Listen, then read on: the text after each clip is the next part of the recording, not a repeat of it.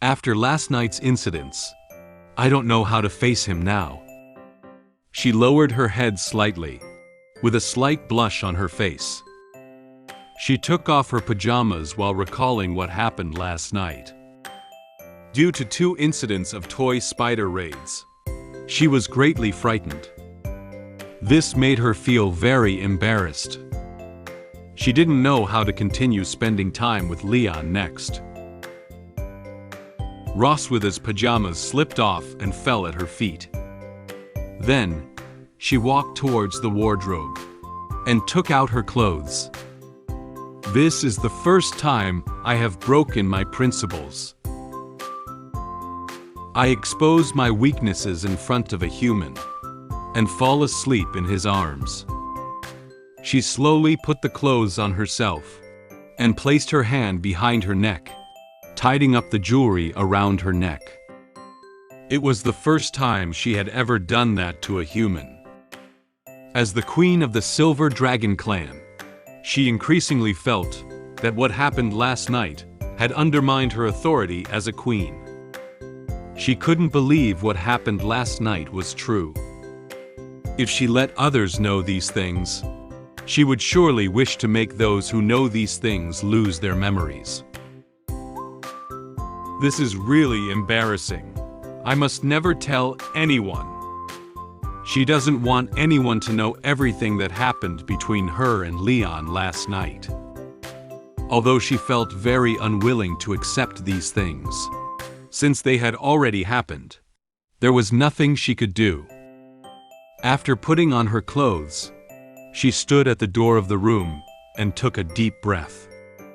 Then, as if she had made a major decision, she opened the room door and walked out with firm steps.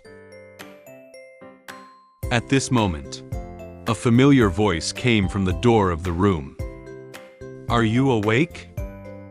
Roswitha turned her head and was a little surprised by the person standing next to her. The person standing next to the door is Isa. She seems to have been standing here for a long time, as if waiting for Roswitha to leave the room. She leaned against the wall, crossed her hands in front of her chest, and looked at Roswitha with an expectant expression on her face. Although she stood on the rooftop last night, she could vaguely guess what had happened between Roswitha and Leon last night. She still pretended not to know anything and asked Roswitha, "How was your night last night? Is it exciting?" Roswitha realized that those mechanisms were intentionally installed by Isa in their room. She clenched her fists lightly and looked at Isa with a hint of anger. She said to Isa with a sense of dissatisfaction, "Very exciting. Don't play pranks next time." Isa looked at her with a smile on her face and found her reaction very interesting.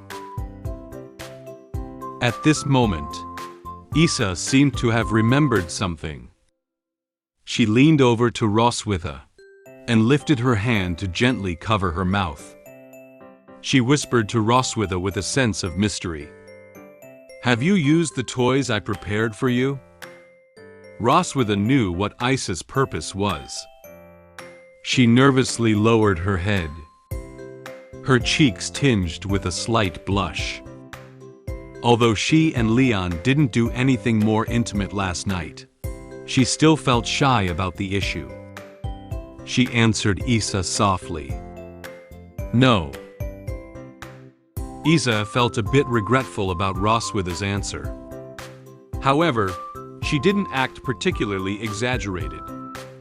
She closed her eyes and raised her hand, saying to her in a joking tone, "That's really a pity.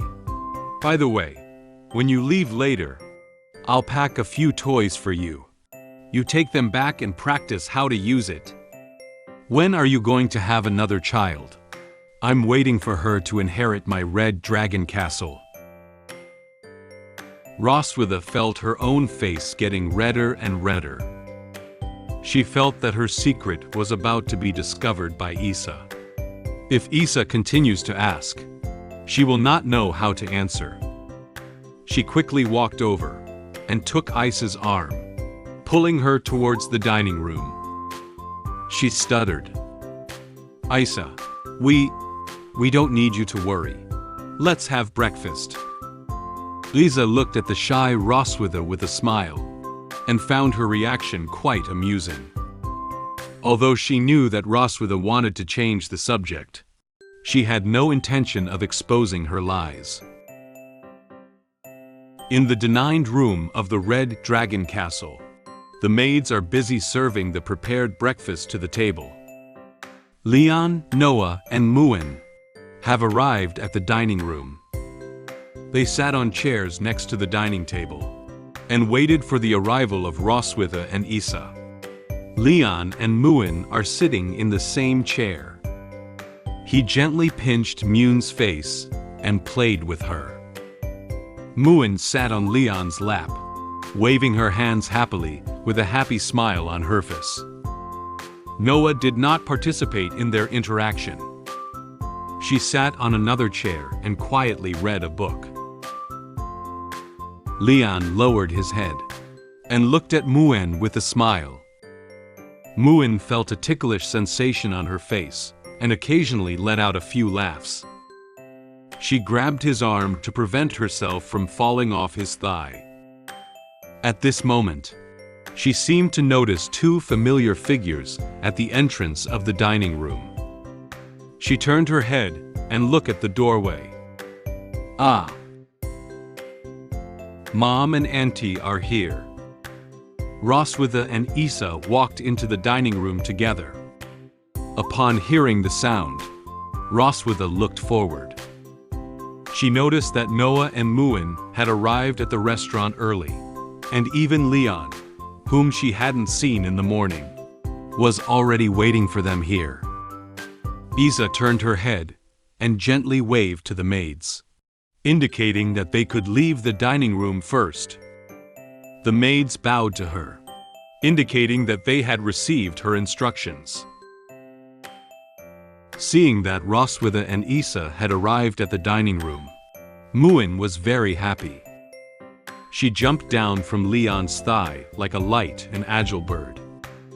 She ran towards the dining table while speaking. "We can have breakfast now." Then, everyone started eating breakfast at the table.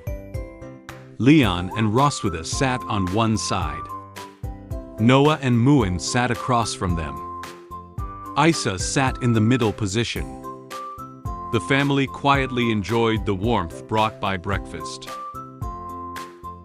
Leon and Roswitha quietly ate the food on their plates. Although they haven't spoken since they met, their hearts are difficult to calm down. A strange atmosphere arose between them. Leon picked up a piece of meat from the plate and put it in his mouth. He stole a glance at Roswitha and furrowed his brow slightly. He could feel that the atmosphere between him and her was somewhat different from before. He lightly bit his fork and silently said in his heart, "It's so awkward. Last night, I almost kissed Roswitha under the influence of the atmosphere, and even fell asleep holding her." Leon held his face in both hands and shouted inwardly. He felt particularly shy when he recalled what happened last night. He didn't expect that he and Roswitha almost couldn't control their respective desires. He even slept in the same bed with her. This is another point that shocked him. At this moment, an angel and a demon appeared in Leon's mind. The angel poked his head with a spear and accused him with a dissatisfied tone. "Leon, you're practically throwing yourself into the arms of your sworn enemy. This is an act of surrendering to the enemy." However, Demon clearly disagrees with the angel's idea. The demon said to the angel in a relaxed tone, "They are husband and wife. They have already done more intimate things. This is nothing." Leon turned his head to look at the angel, then at the demon. He did not express any opinion on their viewpoint. Angel and demon feel angry about each other's viewpoints. They grappled with each other and shouted loudly. Do you want to have a fight? However, Leon no longer wants to focus on watching them fight. He continued to silently eat his breakfast. He picked up the bread from the plate and took a bite. This bread tastes a bit bland. I'll add some peanut butter. Leon reached out and wanted to grab the peanut butter that was not far from him. However, at this moment, Roswitha's hand also happened to reach out. She also wants peanut butter. Leon's hand and her hand coincidentally touched each other. Leon and Roswitha turned their heads together, looking at each other with a slightly surprised expression. Extra story: The Waterbed's Hidden Secret. Today, Isa is here to introduce the waterbed where Leon and Roswitha sleep together. She raised her hand and showed everyone the waterbed that appeared behind her. This is my customized heart-thumping and relationship-boosting waterbed for Ross and her husband. Then, she picked up a stick and pointed to several mechanisms she had installed on the waterbed. On both sides of the bed, I have set trigger buttons. If they touch the button, it will drop the toy spider that Ross is afraid of.